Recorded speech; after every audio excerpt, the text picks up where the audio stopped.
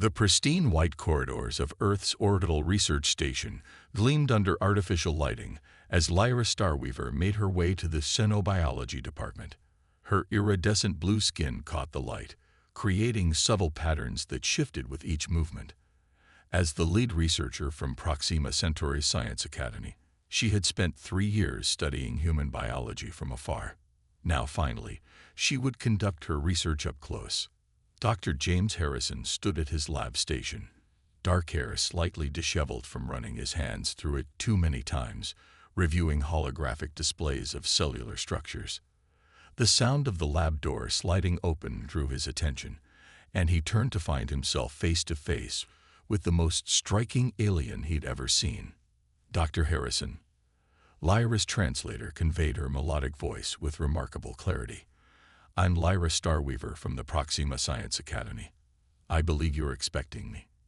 James quickly composed himself, extending his hand before remembering that Proximans didn't shake hands. He awkwardly lowered it, covering the gesture by adjusting his lab coat. Yes, of course. Welcome to Earth Station. Though technically we're not on Earth, just orbiting it. Lyra's silver eyes studied him with scientific intensity. Fascinating. Your epidermis shows signs of recent increased blood flow, particularly in your facial region. Is this a common human response to meeting new species? James felt his face grow even warmer. No, that's just. Never mind. Shall we begin the tour? As they walked through the lab, Lyra's questions came rapid fire, her curiosity seemingly boundless. She was particularly interested in human cellular regeneration, a process that differed significantly from Proximan biology. Your species' ability to heal through scarring is remarkable, she observed, examining a tissue sample under a quantum microscope. Proximans simply replace damaged cells with perfect copies. Much more efficient, but your method has its advantages in terms of adaptability. James found himself increasingly intrigued by his alien colleague. Unlike other Proximans he'd met, who tended to be coldly logical, Lyra showed genuine excitement about her discoveries. Her silver eyes would widen slightly, and her skin would ripple with subtle patterns of light when she encountered something particularly interesting. Their tour eventually led them to the Reproduction research wing, where James noticed Lyra becoming unusually quiet. She stood before a display showing human embryonic development, her head tilted in confusion. Is something wrong? James asked, moving to stand beside her. Your reproduction process, she began, choosing her words carefully. It seems incredibly complex and messy. Our species simply exchanges genetic material through a clinical procedure. No physical contact required. James couldn't help but smile. That does sound more efficient. But human reproduction involves more than just genetics. There's an emotional component that's equally important. Lyra's silver eyes met his with intense curiosity. Emotional component. You mean the chemical reactions in your brain during mate selection? Well, yes, but it's more than that. It's about connection, intimacy, love. Love. Lyra repeated the word as if tasting it. Your species places great importance on this concept, yet it seems to defy scientific quantification. Before James could respond, an alert sounded through the station's communication system. Dr. Harrison to Medical Bay. Dr. Harrison to Medical Bay. I have to go, James apologized. But we can continue this discussion later if you'd like, perhaps over dinner in the station's observatory. Lyra's skin flickered with surprise. You're suggesting we share a meal while discussing human reproduction. Is this a normal research methodology? James felt his face warming again. It's called a dinner meeting. It's a human custom for professional colleagues to discuss work in a more relaxed setting. Fascinating, Lyra responded, her silver eyes showing the familiar spark of scientific curiosity. I accept this dinner meeting proposal. It should provide interesting insights into human social customs. As James hurried to the medical bay, he couldn't help but wonder if he'd just made a terrible mistake or a breakthrough in interspecies relations. Either way, He had a feeling his life was about to become considerably more interesting. In the medical bay, as he treated a minor plasma burn on a maintenance worker, his mind kept drifting back to Lyra's questions about human reproduction. How could he explain something so intrinsically human to someone whose species approached it like a laboratory procedure? The dinner meeting would certainly be educational. The station's observatory offered a breathtaking view of Earth below, its blue-green surface swirling with cloud patterns. Lyra sat across from James at a small table, her attention divided between the planet below and the holographic display between them, showing human reproductive biology. So, you're saying that human reproduction involves not just physical contact, but also a complex series of courtship behaviors? Lyra asked, her skin shimmering with interest as she examined the data. James took a sip of his coffee, choosing his words carefully. Yes, though we usually call it dating. It's a way for potential partners to evaluate compatibility beyond just genetic viability. And these dating rituals involve sharing sustenance while exchanging information. She gestured to their dinner setup. Like what we're doing now. James nearly choked on his coffee. This is different. This is professional collaboration. Yet your elevated heart rate and increased blood flow to your facial region suggest otherwise, Lyra observed clinically. Fascinating how human biology betrays emotional states. Before James could formulate a response, Dr. Richard Walsh, the station's chief medical officer, approached their table. His weathered face bore an expression of barely concealed amusement. Harrison, I see you're conducting our interspecies cultural exchange with your usual thoroughness, Walsh commented, eyes twinkling. Ms. Starweaver, I hope you're finding your research enlightening. Indeed, Lyra responded enthusiastically. Dr. Harrison was just explaining human courtship rituals and their connection to reproductive practices, though I'm still unclear on why such elaborate procedures are necessary. Walsh pulled up a chair, clearly enjoying James's discomfort. Well, you see, human reproduction isn't just about creating offspring. It's about forming bonds, building relationships. But why complicate a simple biological process with emotional attachments? Lyra asked, genuinely puzzled. On Proxima, we select partners based on genetic optimization algorithms. Much more efficient. Efficiency isn't everything, James found himself saying. Human emotions, while messy and complicated, add depth to our experiences. They make life richer, more meaningful. Lyra's silver eyes fixed on him with intense curiosity. Show me. I'd what? Show me how human emotions enhance reproduction. I need to understand this for my research. Walsh stood up, barely containing his laughter. I'll leave you two to your scientific inquiry. Harrison, remember the station's protocols about interspecies relations. After Walsh left, James ran a hand through his hair, a nervous habit he couldn't shake. Look, Lyra, there are some things that can't be explained through pure observation. They need to be experienced. Then help me experience them, Lyra said simply. Your species' approach to reproduction clearly offers something mine lacks. I've reviewed the statistics. Human partnerships, while less efficiently matched, show higher satisfaction rates and stronger familial bonds. James pulled up a new holographic display, showing brain scans during various human emotional states. See these neural patterns. They occur during moments of emotional connection. When humans fall in love, our brains literally light up with activity. Love, Lyra repeated thoughtfully. You mentioned this concept earlier. It seems central to human reproduction, yet I find no equivalent in Proximan biology. Maybe you're just looking in the wrong place, James suggested. Love isn't just biology. It's poetry, art, music. It's what makes us write songs and build monuments and cross galaxies just to be with someone. Lyra's skin rippled with patterns James hadn't seen before, almost like starlight dancing across water. I would like to understand this love. For research purposes, of course. Of course, James agreed, trying to ignore the way his heart rate increased when she leaned closer to examine the neural scans. Though I should warn you, Human emotions can be unpredictable. I'm beginning to understand that, Lyra said softly, her silver eyes meeting his. Perhaps that's what makes them worth studying.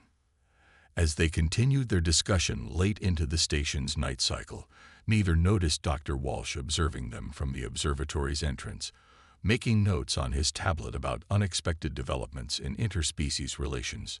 The next morning, James found himself in Walsh's office, facing an interrogation disguised as a friendly chat. You do realize she's not just interested in theoretical research anymore, don't you? Walsh asked, leaning back in his chair. It's purely professional, James insisted, though the words felt hollow even to him. Professional. Harrison, I've seen the way she looks at you when she thinks no one's watching. Like you're the most fascinating specimen she's ever encountered. That's just scientific curiosity. Is it? And what about you? Are your dinner meetings and late-night discussions purely for research? James had no answer for that. He was beginning to realize that some questions didn't have simple scientific answers. 2 weeks into their research collaboration, Lyra found herself experiencing unfamiliar sensations whenever James entered the laboratory. Her skin would ripple with patterns she couldn't control, and her heart rate would increase without any logical explanation. Most disturbing of all, she found herself thinking about him even when she should have been focused on her work. These symptoms, she said one evening as they worked late in the lab, they're quite concerning. Perhaps I'm having an adverse reaction to the station's atmosphere. James looked up from his microscope, trying not to smile. What symptoms exactly? Elevated heart rate, irregular skin luminescence patterns, difficulty concentrating, she listed clinically, and strange sensations in my abdominal region, like gravitational fluctuations. Butterflies, James murmured. There are insects involved. Lyra asked, alarmed. No, James laughed. It's just an expression. Humans call that feeling butterflies in your stomach. It's something we experience when we're attracted to someone. Lyra's skin flashed with surprise. Attraction? But that's impossible. Proximans don't experience romantic attraction. We select mates based on genetic compatibility alone. Maybe prolonged exposure to humans is affecting you more than you expected, James suggested, moving closer to examine the patterns rippling across her skin. These are new patterns I haven't seen before. They appear most frequently when you're near, Lyra admitted. I've been trying to suppress them, but... Don't, James said softly. They're beautiful. Their eyes met, silver meeting brown, and for a moment the air seemed charged with possibility. Then the lab doors slid open, and they quickly stepped apart as Dr. Walsh entered. Still here? Walsh asked, though his knowing smile suggested he'd expected to find them together. Harrison, the Council wants your preliminary report on interspecies genetic compatibility by tomorrow morning. After Walsh left, an awkward silence fell between them. Finally, Lyra spoke. Perhaps we should conduct a practical experiment. What kind of experiment? A cultural exchange. You've been teaching me about human emotions. Let me show you how proximans connect. She held out her hand, palm up, revealing patterns of bioluminescence that seemed to pulse with her heartbeat. This is how my people share thoughts and feelings. It requires physical contact, but it's different from human methods. James hesitated only briefly before placing his hand in hers. Immediately, a tingling sensation spread up his arm, and his mind filled with colors and sensations he had no words to describe. He could feel Lyra's curiosity, her confusion about her new emotions, and underneath it all, a growing warmth that felt remarkably like human affection. This is incredible, he breathed. Is this how you always communicate? Only with those we trust completely. Lyra replied softly. It's considered quite intimate. The implications of that statement hung in the air between them. Through their connected hands, James could feel Lyra's pulse quickening to match his own. We should probably stop, she whispered, though she made no move to pull away. Probably, James agreed, equally motionless. The moment stretched between them, filled with unspoken possibilities. Finally, Lyra slowly withdrew her hand, but the connection lingered like an afterglow. "I believe," she said carefully, "I'm beginning to understand why humans value emotional bonds in reproduction. These sensations are quite overwhelming." "That's one way to put it," James replied, still trying to process what he'd experienced. "Lyra, what exactly does this mean for your research?" "I'm not sure," she admitted. "My original hypothesis about human reproduction being unnecessarily complicated seems increasingly flawed. Perhaps there are aspects of emotional connection that enhance the biological process in ways my people haven't considered." Their discussion was interrupted by an urgent message from the Proximan Science Council. Lyra's skin paled as she read it. "They want me to return home," she said, her voice uncharacteristically shaky. "They say my research has become compromised by too much human influence." "You can't leave," James protested. "We're just beginning to understand the implications of our findings. The council believes I'd lost my objectivity." Lyra's skin rippled with distress. "They may be right. I'm experiencing emotions I never thought possible, developing attachments that go against everything my people believe about reproduction and pair bonding." James took her hand again, feeling the now familiar tingle of their connection. "Maybe that's not a bad thing. Maybe your people could learn something from humans, just as we could learn from you." Through their joined hands, he could feel her conflict. The logical, scientific mind she'd been trained to use warring with these new, powerful emotions. The patterns on her skin shifted rapidly, reflecting her internal struggle. "I need time to think," she finally said, gently withdrawing her hand, "to analyze these new variables and their implications for my research." As she left the lab, James couldn't help but wonder if they'd crossed a line that neither of their species was ready to accept. The preliminary report for the council sat forgotten on his desk, overshadowed by the much more complex data he'd just received through a simple touch. The news spread through Earth's orbital research station like a quantum wave. A Proximan scientist had defied her council's orders to remain and continue her research. The fact that everyone knew the real reason had nothing to do with research only added to the station's gossip. Dr. Walsh found James in his lab, staring at genetic compatibility charts without really seeing them.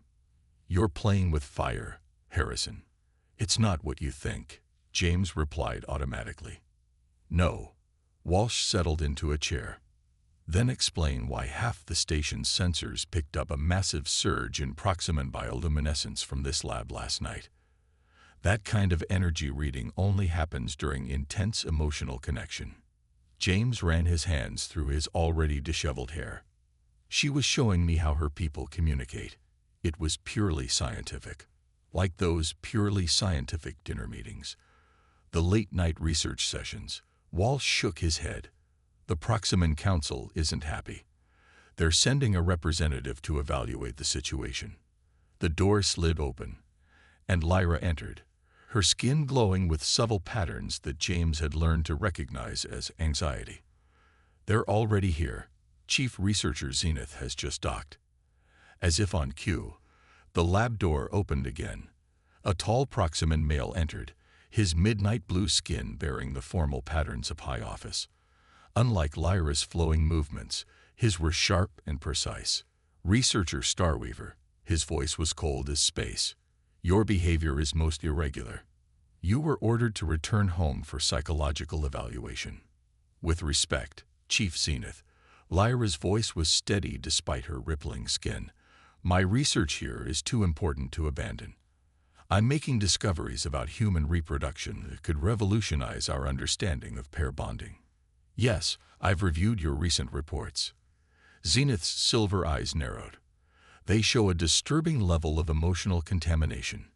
You speak of love, of connection, of feelings. These are human weaknesses that have no place in Proximan science." James stepped forward. "Those weaknesses might be exactly what your species needs to study. Human reproduction isn't just about creating offspring. It's about forming bonds that strengthen our entire society." Zenith turned his cold gaze to James. Dr. Harrison, our data suggests you are the primary source of researcher Starweaver's contamination.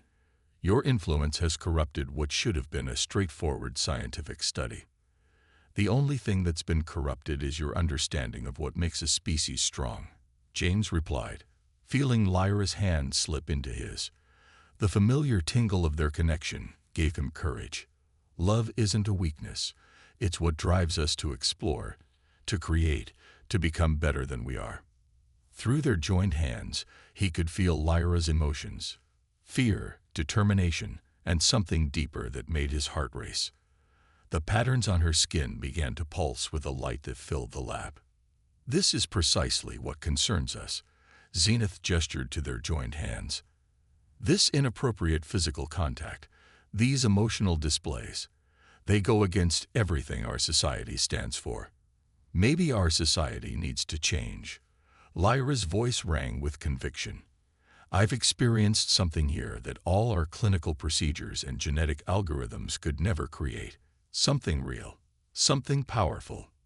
You've experienced corruption, Zenith snapped. Guards. 2 Proximan security officers entered the lab.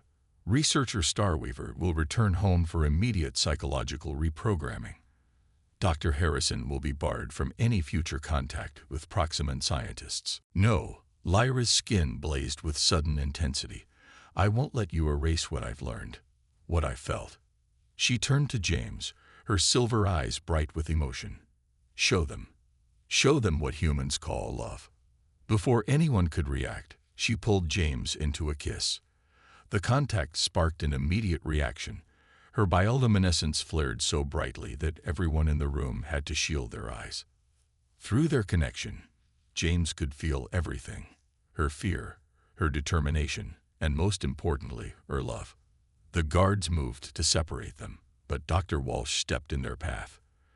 I wouldn't do that if I were you. We're recording some fascinating energy readings from their connection. Interrupting it could have unfortunate consequences. When they finally broke apart, Lyra's skin was glowing with patterns no one had ever seen before, a perfect blend of Proximan bioluminescence and human-influenced emotional response. This, she said, turning to face Zenith, is what happens when we stop denying our capacity for emotion. When we allow ourselves to feel, to connect, to love.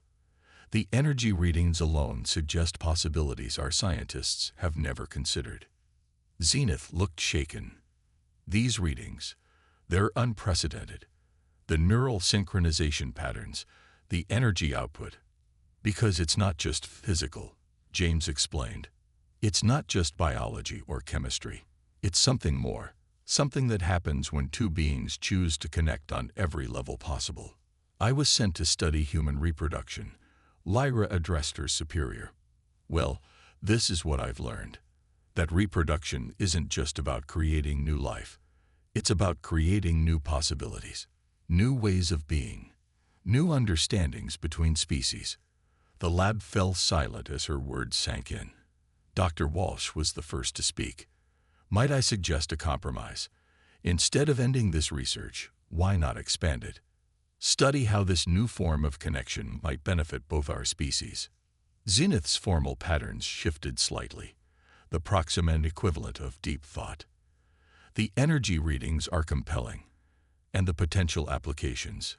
Think bigger, Lyra urged.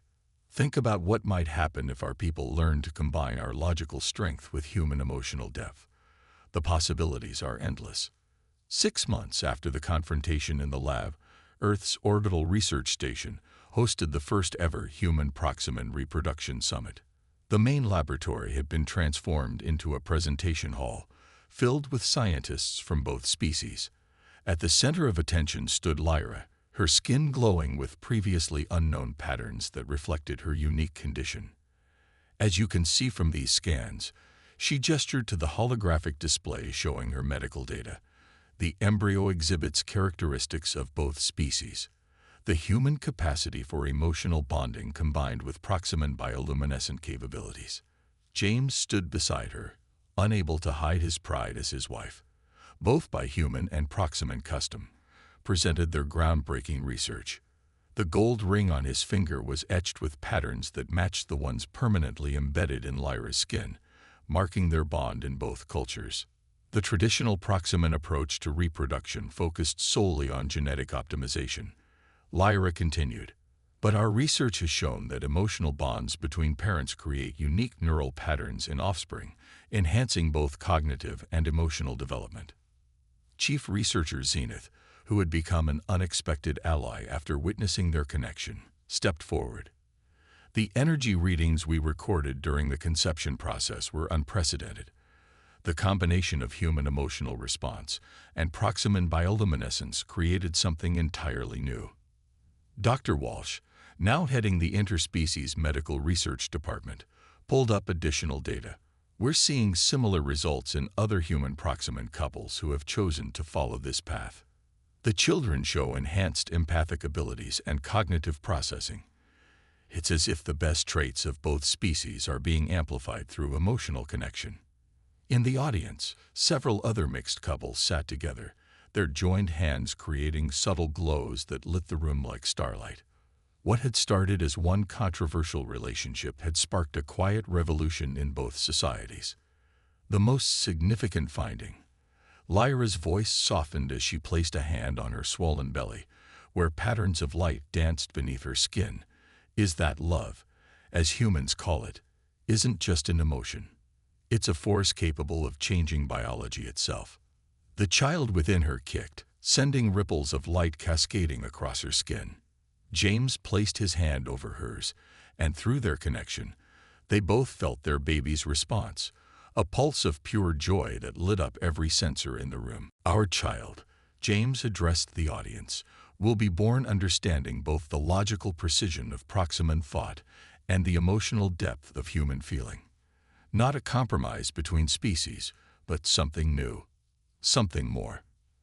After the presentation, as the audience broke into excited discussion groups, Dr. Walsh found them in a quiet corner. You've started something remarkable, you know. The applications go beyond reproduction. We're seeing changes in how both species approach everything from diplomacy to scientific research. Lyra's skin rippled with happiness as she leaned against James. Change was inevitable once we stopped denying the power of emotional connection. My people thought we had evolved beyond the need for such bonds, but we had only forgotten their importance. Speaking of bonds, Walsh grinned, have you decided on a name for the little one? James and Lyra exchanged a glance. Through their joined hands, they shared the moment of joy as Lyra answered, Aurora. It means dawn in human languages, because she represents the dawn of a new understanding between our peoples. Later that night, in their quarters, Lyra and James stood by the viewport, watching Earth rotate below while Aurora moved within her mother, sending patterns of light dancing across Lyra's skin. Do you ever regret it? James asked softly. Define your people's traditions, choosing emotion over logic. Lyra turned to face him, her silver eyes bright with the kind of love that her people had once thought impossible. Logic led me to study human reproduction, but love taught me why it mattered. Our child will know both worlds, both ways of thinking and feeling. She'll be more than either of us could be alone. Through their touching hands, James felt the truth of her words, along with the deep well of emotion that their connection had awakened in her. Aurora kicked again, sending out a pulse of bioluminescence that seemed to mirror the starlight visible through the viewport.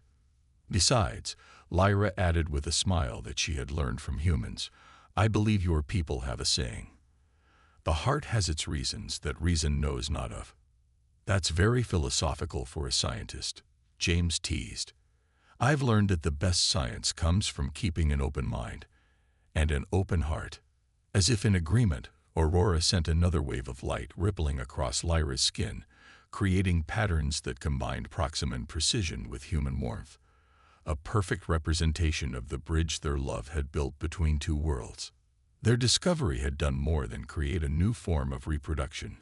It had shown both species that strength could be found in vulnerability, that logic and emotion could coexist, and that love, in all its messy, illogical glory, might just be the most powerful force in the universe. In the years that followed, Aurora would become the first of many children born of love between humans and Proximans, each one a living testament to the power of connection over convention, of heart over habit, of love over logic. And in the end, that was the greatest discovery of all.